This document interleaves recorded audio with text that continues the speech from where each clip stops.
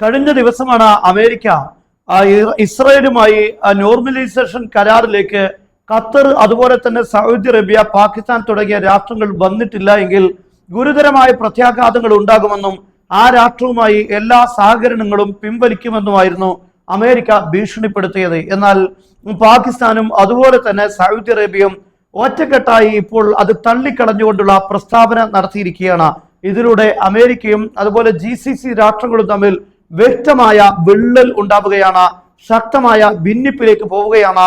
ഇതിലൂടെ അമേരിക്ക അവരുടെ എല്ലാ സംവിധാനങ്ങളും സൈനിക സഹകരണങ്ങളെല്ലാം ഈ രാഷ്ട്രങ്ങളിൽ നിന്ന് പിൻവലിക്കാനുള്ള സാധ്യതയാണ് തെളിഞ്ഞു വരുന്നത്. ഇവിടെയാണ് ഇറാന്റെ ലക്ഷ്യങ്ങൾ സാക്ഷാത്കരിക്കപ്പെടുന്നത്. ഈ യുദ്ധത്തിലൂടെ ധാരാളം ലക്ഷ്യങ്ങളെയാണ് ഇറാൻ നേടിയിരിക്കുന്നത്. മിഡിൽ ഈസ്റ്റിൽ നിന്ന് അമേരിക്കയും ഇസ്രയേലിന്റെ സംവിധാനങ്ങളെയും കെട്ടുകെട്ടിക്കുക എന്ന പ്രഥമമായ ഇറാന്റെ ലക്ഷ്യം ഇത് സാക്ഷാത്കരിക്കപ്പെടുന്നു എന്ന സൂചന വരുന്നു. രണ്ടാമത്തെ കാര്യം, ഇറാന് മേൽ നടത്തിയ ഭീഷണികളെ ചെറുത്തു നിൽക്കാനും അമേരിക്കൻ ഇസ്രായേൽ ആക്രമണങ്ങളെ ചെറുത്തു തോൽപ്പിക്കാനും ഇറാന് സാധിച്ചു.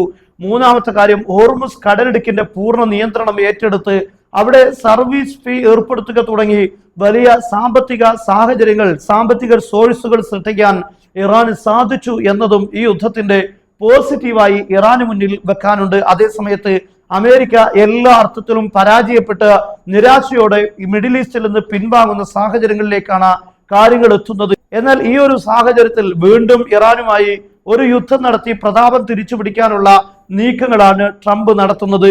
ലോകത്തിന് മുന്നിൽ ഇത്രയും പരിഹാസ്യനായ ഒരു അമേരിക്കൻ പ്രസിഡന്റ് ചരിത്രത്തിൽ കഴിഞ്ഞു പോയിട്ടുണ്ടാവുകയില്ല എന്നാണ് ലോകം വിലയിരുത്തുന്നത്. ഭീഷണികൾ മാത്രമേ ഉള്ളൂ, നിരന്തരമായ ഭീഷണികൾ നടത്തുന്നു. പക്ഷേ ഒന്നും നേടാനോ ആക്രമണങ്ങളിൽ പോലും വിജയം കൈവരിക്കാനോ അമേരിക്കയുടെ നാവിക ആർമാഡ മുഴുവനും ഇറാന് പരിസരത്ത് നിലയുറപ്പിച്ചിട്ടും ഒരു മേൽക്കോയ്മയും നേടാനാവാതെ അമേരിക്ക നിരാശപ്പെടുന്നു. ട്രംപ് നിരാശപ്പെടുകയാണ്.